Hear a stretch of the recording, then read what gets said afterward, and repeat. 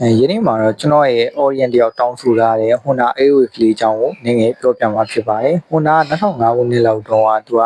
ပါတနာနဲ့ Airwave ဆိုတဲ့ Station Wagon တိုက်ကားနှစ်စီးကိုတပြိုင်နက်တည်းထုတ်လုပ်ခဲ့ပါတယ်။ပါတနာကကြတော့သူက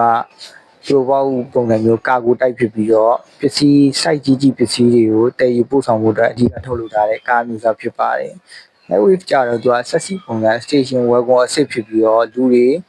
လိုက်ပါစီးနှင်းလို့ရအောင်တတောက်တတနဲ့ထုတ်လုပ်ထားတဲ့ကားမျိုးစားပဲဖြစ်ပါတယ်။ Honda Airwave မှာပါတဲ့ chassis ကသူက 2E နဲ့ 4E ဆိုပြီးတော့ chassis နှစ်မျိုးရှိတယ်။ 2E chassis ကတော့ DBA GJ1 2E chassis ဖြစ်ပြီးတော့ DBA GJ2 ကတော့ 4E chassis ဖြစ်တယ်။သူက engine power အနေနဲ့ 2E ရော 4E ရော 0.5 တစ်မျိုးတည်းပဲလာပါတယ်။2005ခုနှစ်ကနေပြီးတော့2009ခုနှစ်ထိထုတ်လုပ်ခဲ့တဲ့ကားတွေထဲမှာ grade အနေနဲ့ G နဲ့ L ဆိုပြီးတော့နှစ်မျိုးရှိတယ်။ G grade မှာ G G4E နဲ့ G Skyline ဆိုပြီးတော့ရှိပြီးတော့ L grade မှာလည်း L L4E နဲ့ L Skyline ဆိုပြီးတော့သုံးမျိုးရှိတယ်။ပြီးတော့သူက G နဲ့ L နဲ့ခွာခြားချက်ကတော့ G grade ကတော့ aircon ရိုး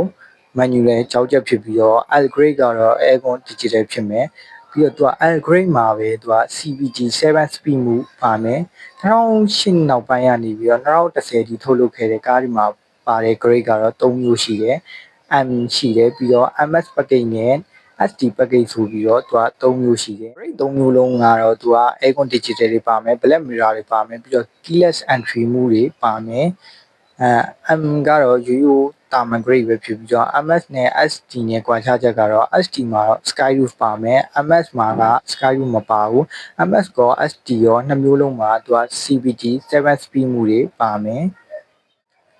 ဒီဗီဒီယိုလေးရဲ့လူချင်းမင်းအတွက်အကျိုးရှိမယ်ဆိုရင်ကျွန်တော် channel လေးကို subscribe လုပ်ခဲ့ပေးပါကျွန်တော်ကတော့ Harry ပါနောက်တဲ့ဗီဒီယိုများမှာလည်းပြန်လည်ဆုံတွေ့ကြပါမယ်အားလုံးကိုကျေးဇူးတင်ပါတယ်